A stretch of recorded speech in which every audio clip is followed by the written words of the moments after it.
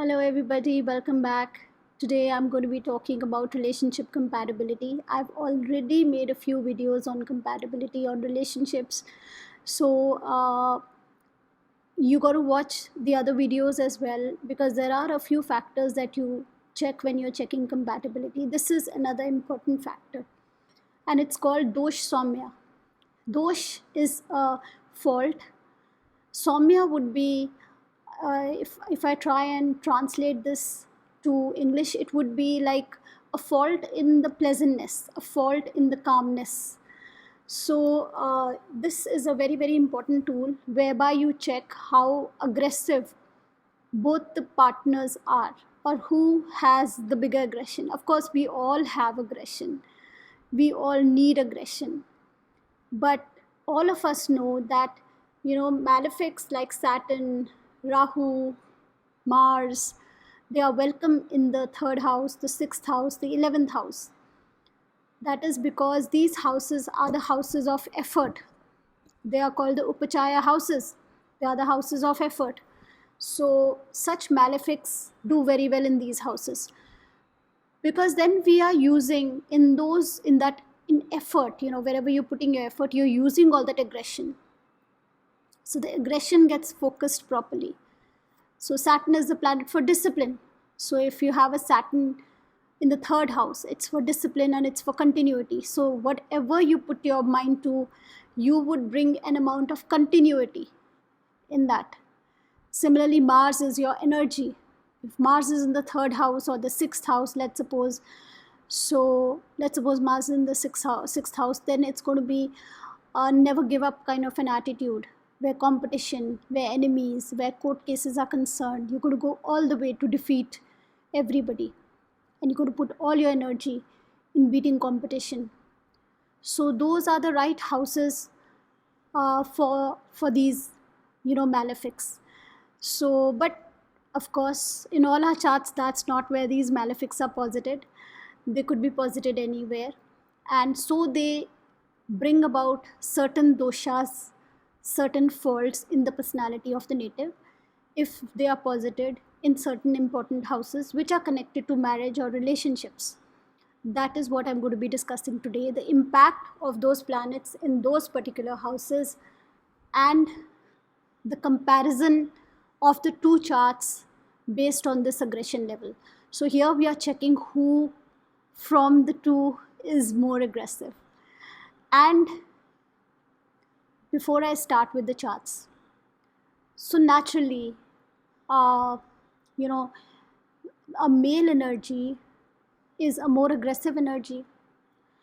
And even though a female is an equal partner today and she goes out, she earns, but she's doing everything that a man is doing. But still, females are stronger. They are, not only looking after the work outside the house, they are looking after the work at home. They're taking care of the children. And, that a softer energy in a female gives her a greater amount of patience to be able to do all of this. For a female, it's a lot of work. It's the outside world, it's the work at home, it's the children. Of course, men too nowadays do their bit even at home, but the complete responsibility of the home is usually on a female. And nowadays, she's even taking an equal responsibility in the world outside. So I personally feel it is welcome to have a more patient female. It is easier for the female if she is more patient, if she is stronger, if she is calmer, to be able to handle all that. And because if the aggression, instead of falling on in the Upachaya houses, if those aggressive malefic planets like Saturn, Mars, Rahu, instead of falling on those houses and that energy pushing her to make a lot of effort, if those planets are in the Kendra houses or certain houses that are going to impact her relationships and her personality, then that female would tend to be more aggressive, because there's a lot of burden on the female today, and there'd be more outbursts that she has vis-a-vis the man. And the man, on the other hand, the responsibility of bringing the bread home is most is mostly on the man, even though, like I said, the female is doing her bit, but it is mostly on the man even today. So the man has lesser responsibility at home. So I feel a man generally, practically today, has a little less responsibility than a female, and a female is, the stronger one of the two. She has the patience to be able to handle both the outside and the inside, the home and the outside. So, but if the aggression level of a female is higher than the man, then she may get frustrated. Whereas the man, I feel the responsibility on the man is much lesser today. Frankly speaking, that is my thought. You guys may differ with me. I'm not saying what I'm saying is correct, but this is my thought. I feel the female needs to be stronger to be able to handle so much pressure. And in the olden days, it was seen like, so the female was to stay at home and the man was to go out. So the female had to be softer, calmer, whereas the man needed that aggression to go out and win that bread.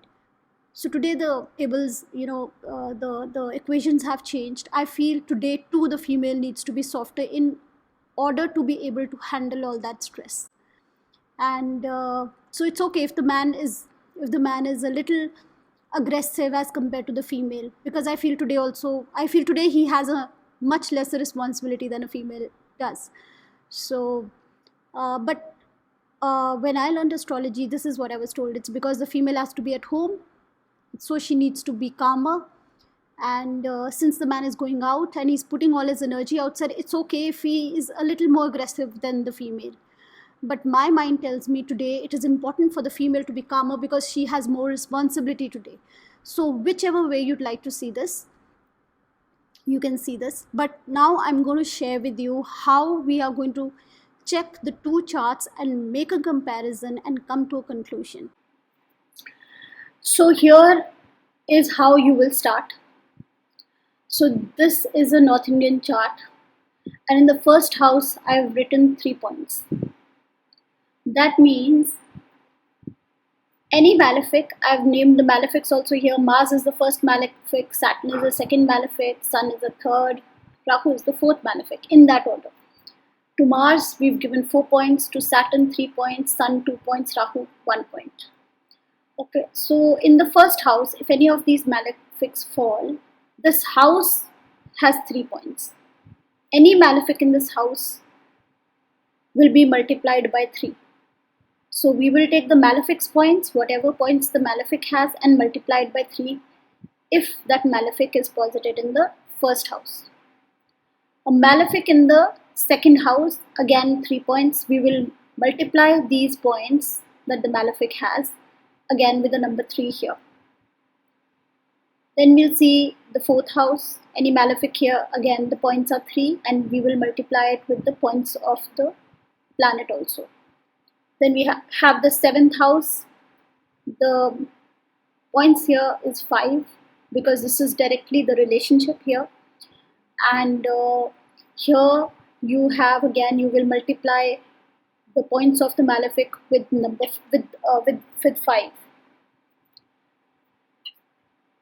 In the 8th house, we have 6 points. So malefics here do even a greater harm.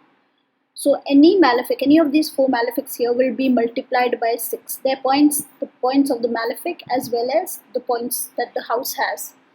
So let's suppose we have Mars in the 8th house. So it's Mars has 4 points, the 8th house has 6 points, 6 4s are 24. This person will get 24 points here. The 12th house has 1 point. So any malefic here will be multiplied by 1, meaning whatever the points of the malefic is. Let's suppose you have Mars here, so 4 into 1 is 4. So why the 1st, 2nd, 4th, 7th, 8th and 12th house? The first house is your personality, is your intelligence. The second house is your family, your wealth, your communication, and even food that you have. So sometimes our speech is so, harmful to somebody else. Our speech is so rude, so blunt that our relationships get spoiled. So that is because of this house. The 4th house is your peace of mind or peace of heart or home or happiness, or generally your tendency. What is your tendency of being happy? How happy are you generally? That is seen from the 4th house. So, and then we have the 7th house. This is directly the relationship. The 8th house is the growth of the relationship. It's also the in-laws. And the 12th house is the, the bedroom and the relationship with the bedroom. But see, the 4th, the 8th, and the 12th house, this is the moksha trine. So if we understand this on a daily level, it is the time when we the 4th house is going home, relaxing. The 8th house and the 12th house, all the subconscious activities, the hidden activities, the peace at heart, the fears that we have, and even the hidden enemies that we have. So all these kind of, if there are malefics here, then they can kind of tend to disturb us on a psychological level quite a bit. So these are the important houses that we got to look out for. And now I'm going to show you two charts, a male chart and a female chart, and then I'll just show you how the calculations are done. So this is the female chart, and I know this couple very well. So this is the lady's chart, and it's an Aquarius ascendant with a Mars, Sun, Mercury, Ketu, all in the ascendant. So very obviously, this is a lot of affliction in the first house. The first house, we have Mars and Sun. These are two planets that were in the list here. I'll just show you the list again. So Mars, Saturn, Sun, and Rahu. You've got to remember these 4 planets. So Mars and Sun are two malefics in the first house. Second house is free of any planets. 4th house is again free. 7th house, we have Saturn and Rahu. So our list had Saturn and Rahu as well. So Saturn and Rahu as well. So there we go. And then we have the Saturn and Rahu affliction here. 8th house is free. 9th house is free of affliction. Then 10th, 11th, 12th house is again free. So that is the female chart. Now we will just have a look at the male chart. First house, no malefic. Second house, we have Saturn here. So the speech, eating habits, family, there could be issues here. 4th house is free of affliction. 7th house, again no affliction. 8th house has benefics, so this is not bad at all. 12th house has Mars here. So again, there is an affliction in the 2nd and the 12th house. This is in regard to relationships only. But we have to see another thing which I forgot to mention in the first chart. I'll just show you the first chart again. So we've seen from the Lagna, we've seen from the ascendant that there is affliction in the 2nd and the 12th house. With regard to this chart, you have to understand the 1st, 2nd, 12th, 4th, 7th, and 8th. These are the important houses. So now we were seeing this chart. So there is a malefic in the 2nd, there is a malefic in the 12th house. And but now we got to see the same chart from the moon sign. So moon is here in the 10th house, and so in the 4th, first from moon, there are no malefics here. 2nd from moon, we are not taking Ketu here. 3rd, Mars is welcome in the 3rd from moon. 4th, no planet here. 5th, 6th, 7th, no planet. 8th, we have Rahu. So 8th from moon, you have Rahu here. Again, affliction from moon as well, because moon is the mind. So this does show affliction. Then you have the 12th from moon, you have Sun. So again, let me show you this picture here. 12th is a house where we will consider the affliction. 8th is another house we will consider the affliction. So there is an affliction in the 12th from moon. We have Sun here. Sun is a cruel grey, you can say, a harsh planet. It is a sattvic planet, but it is a harsh planet. And so that is where we have an affliction. And in the 8th house, you have Rahu. The 3rd we will see is from Venus, because Venus shows our relationships. So again, we'll see the same houses, but from Venus. First from Venus has a benefic. That's good. 2nd from Venus, Sun, malefic. So we have an affliction here. 2nd from Venus. And 4th from Venus, we have Ketu and Jupiter. Ketu is alright. Then 7th from Venus, we have Saturn. From Venus, if we see the 7th house, we have Saturn. So there is affliction here. 8th is clear and 12th is clear. So from Venus, we have 2nd and we have 7th. Okay. So similarly, let's see the lady's chart. We saw it from the Lagna that there is Mars and Sun in the 1st and there's Saturn and Rahu in the 7th. From moon, the second step is to see from the moon. From moon, 2nd house has a benefit, but the 4th house has two malefics, Mars and Sun, from the moon. And then from the moon, the 8th is clear, and the 12th is clear, the 7th is clear. Now we'll see from Venus. From Venus, the 1st is good. There's no planet in the 2nd. The 4th is again without a planet. The 7th is without a planet. 8th is with a benefic. 12th is with a benefic. So you got to see all these points, the first house, the 2nd, the 4th, the 7th, the 8th, and the 12th, from the ascendant, from the moon, as well as from Venus. Okay, so now let's see the calculations. Okay, let me first show you the ladies chart. So from Lagna, we have two planets, Mars, Sun in Lagna, Saturn, Rahu in 7th house. 2nd house, 4th house, 8th house, 12th house has no planets. So the affliction is in the 1st and the 7th axis from the Lagna, from the ascendant. So this is the ladies ascendant. We have Mars. The first house points are 3, 3, and we have Mars and Sun, okay, in the first house. Let me just show you this. Mars and Sun in the first house, and Mars and Sun. So Mars has 4 points, Sun has 2 points, but the points that we have in the first house are 3. So 4 will be multiplied by 3, Sun 2 will be multiplied by 3. So that is what I've done for you guys. 4 is multiplied by 3 to give you 12, Sun 2 is multiplied by 3 to give us 6. So 12 and 6, the total aggression in the Lagna is 18 points. Then we'll talk about the 7th house. The 7th house of the lady has Saturn and Rahu. So let's see the points. Saturn has 3 points, Rahu has 1 point. 7th house has 5 points. So Saturn's 3 will be multiplied by 5, Rahu's 1 is going to be multiplied by 5. So that's what I've done for you. Saturn's 3 is multiplied by 5 to give us 15. Rahu's 1 is multiplied by 5 to give us 5. Total is 20. So from the Lagna, from the ascendant, the lady has total of 20 and 18, 38 points connected to the, negative impact that she will have with regard to relationship. Then we're going to see the moon of the lady. Okay, let's see the moon. So moon, the 4th house, these are the house numbers. These are the house numbers. For the lady, it's the 1st and 7th house. Okay, so here it's the 1st and 7th house. From the moon, I have written 4th house because from the moon, if you count 1st, 2nd, 3rd, 4th, this is the 4th house. So we have Mars and Sun. So Mars from the moon has 4. You'll multiply 4 because these are the points that we've given to Mars. I have not given them. This is what I was taught. I'm sharing with you guys, and this does work.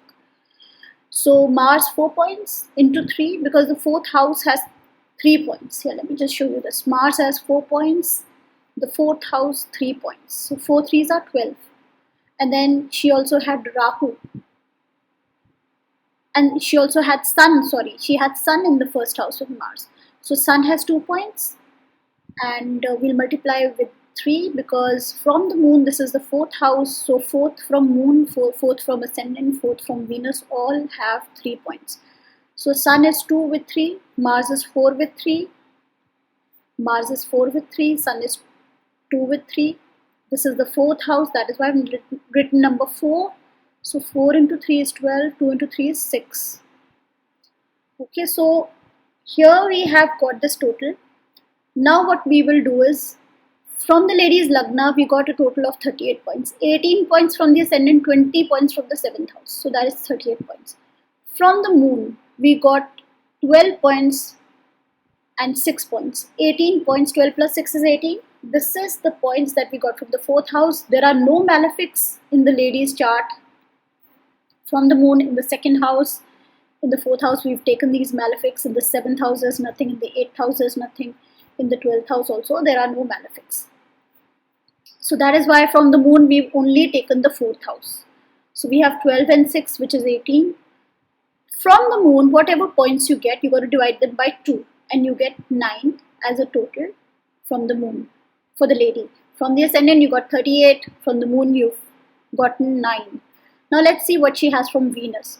From Venus, the 1st house is clear, the 2nd house is clear, the 3rd, it's great to have malefics, the 4th is clear, 5th, 6th, 7th is clear, 8th has a benefic, 9th, 10th, 11th, 12th has moon. It's debilitated, but it's still not a malefic. It's a benefic planet, though it's in bad dignity. But we will not consider it. We are only talking about the 4 malefics. So from Venus, she has no malefic impact, but she has a lot of malefic impact from the Lagna and from the Moon in the 4th house. Now let's talk about the man's chart. The man has Saturn and Mars. These are the 2 malefics, 2nd and 12th house. 4th, 7th and 8th house has no malefic impact. So for the man, Saturn in the 2nd, Saturn has 3 points into 3, 3 threes are 9. Mars is in the 12th house. We'll multiply with 1. Mars has 4 points. 4 into 1 is 4. 9 plus 4 is 13. From the Moon, let's see the man's chart. From the Moon, 2nd house, there is Jupiter, Ketu. 3rd, 4th, 5th, 6th, 7th, 8th house has Rahu. From the Moon, 8th house has Rahu, and 9th, 10th, 11th, 12th house has Sun. So 8th and 12th from Moon, we got to take these points into consideration. So Rahu and Sun. So Rahu has 1 point, Sun has 2 points. But Sun is in the 12th house, so we got to multiply it with 1. Rahu is in the 8th house, we got to multiply it with 6. Let me do this for you guys here. Here from the Moon, Rahu, 6 into 1 is 6. Sun, 2 into 1 is 2. So 6 to 8. 6 plus 2 is 8. 8 is divided by 2 to get 4. So here we had a total of 13. 9 plus 4 is 13. Here we've got the total of 4 because we got to divide this by 2. Whatever total you get, you guys got to divide that by 2. Now we will see from Venus. In the male's chart, from Venus, in the 2nd house we have Sun. So there is 1 affliction. 4th, 5th, 6th, 7th house we have Saturn. So 2 afflictions. 8th is clear and 12th is clear. So 2nd Sun, 8th Saturn. So Saturn and Sun, 3 and 2 points. 2nd is 3, 8 is 6. So let me show this to you. So from Venus, Sun and Saturn. So Sun 3 2s are 6, Saturn 5 3s are 15. Because in the 7th house we will multiply by 5. So 15 and 6. So this total is 21. And whatever total you get from Venus, we're going to divide this by 4. So I'm going to divide this 21 by 4 and we get 5.25.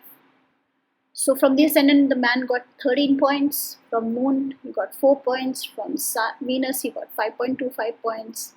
Then I've made a total of this and we've got 22.25 points. This is the Dosh Saumya of the male chart.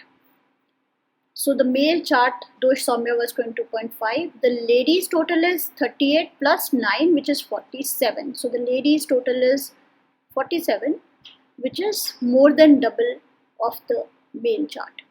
So the lady has more of Dosh Saumya than the man has. That is what I was just trying to show you guys, and the calculations I've shown you. Let me just show the slides with you again. Let me share this with you. So this is how the points are taken. These are the points that the planets get. These are the points that the houses get. You got to multiply the point of the planet with the point of the house. And so this is what I've done. From the lady's Lagna, we got these planets. In the 1st house, we got these. In the 7th house, we got these. Saturn and Rahu in the 7th. So the total is 38. From the Moon, we got in the 1st house from the Moon. In the 4th house, sorry, I mentioned the house here. The 4th house from the Moon, we have 12 and 6. And there is no other affliction from Moon or from Venus. So the net result is 18 here and 38 here.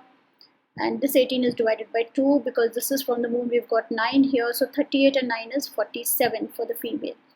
Similarly, for the male, the man had affliction from the Lagna, ascendant, from the Moon and from Venus.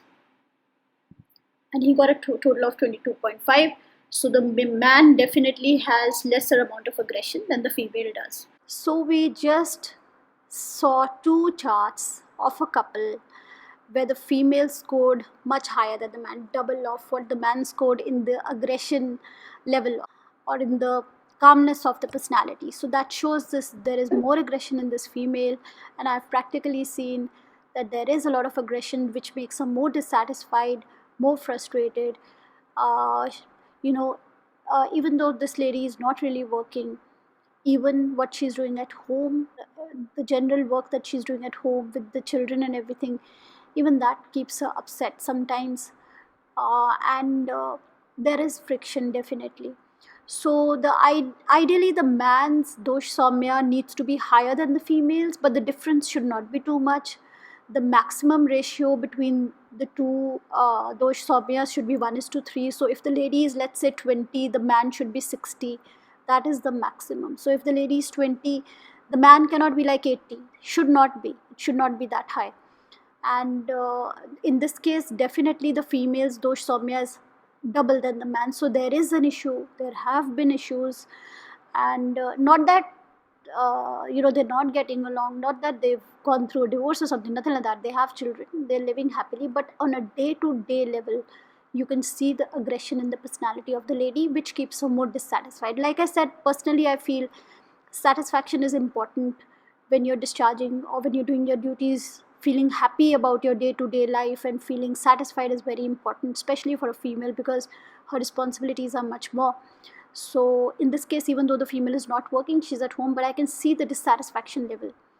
So a general unhappiness, a general dissatisfaction where relationships are concerned.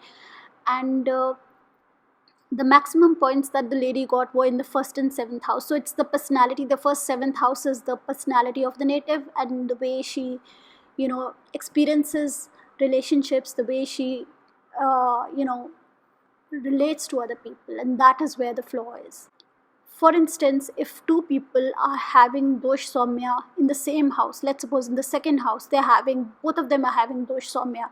It means it could be the finances or it could be the communication. That is an issue.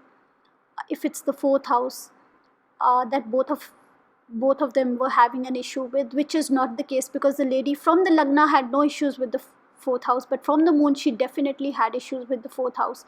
The man did not have any issues in the fourth house, but if it was for the fourth house was a common factor in both the charts, then we could say that it is, it could be home, it could be the mother's interference, it could be somebody else living at home that is disturbing the peace of mind. So that is how you see dosh soumya. This is one of the things that to consider when you're doing compatibility. So I'd be doing a lot more videos on relationships and other topics. We'll be seeing you next video. Bye bye for now.